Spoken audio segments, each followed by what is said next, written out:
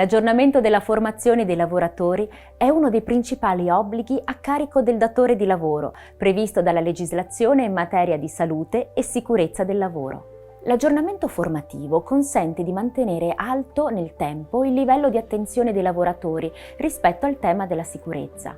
Tale esigenza è particolarmente importante nelle aziende appartenenti al settore edile, in cui più frequenti sono gli infortuni.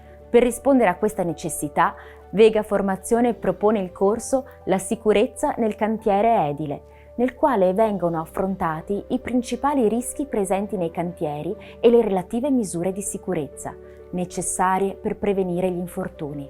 Il corso è valido ai fini dell'aggiornamento periodico quinquennale della formazione in materia di salute e sicurezza sul lavoro per lavoratori di aziende appartenenti al codice Ateco F43. Il corso è disponibile in modalità e-learning.